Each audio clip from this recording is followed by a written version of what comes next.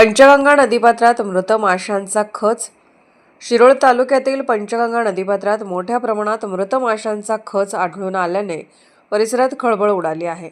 नदीच्या काठावर आणि पाण्यात तरंगणारे मृत मासे पाहून स्थानिक नागरिकांनी संताप व्यक्त केला असून या घटनेमुळे नदी प्रदूषणाचा प्रश्न पुन्हा ऐरणीवर आला आहे. मिळालेल्या माहितीनुसार गेल्या 2 दिवसांपासून नदीपात्रात मृत मासे मोठ्या प्रमाणात दिसून येत आहेत. काही ठिकाणी माशांचा खच साचल्याने दुर्गंधी पसरली असून याचा परिणाम परिसरातील नागरिकांच्या आरोग्यावर होण्याची भीती व्यक्त केली जात आहे. विशेषतः नदीकाठच्या गावांमध्ये पिण्याच्या पाण्याबाबत चिंता वाढली आहे.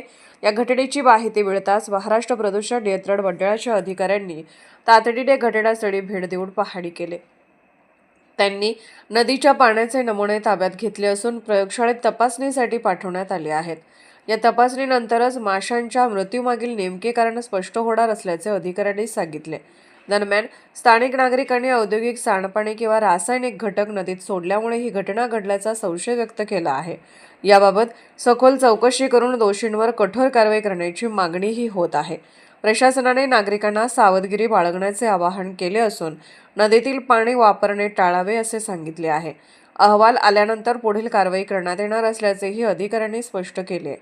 या घटनेमुळे पंचगंगा नदीतील प्रदूषणाचा प्रश्न पुन्हा एकदा गंभीर बनला असून तातडीने उपाययोजना करण्याची गरज व्यक्त होत आहे. SK news Shirol.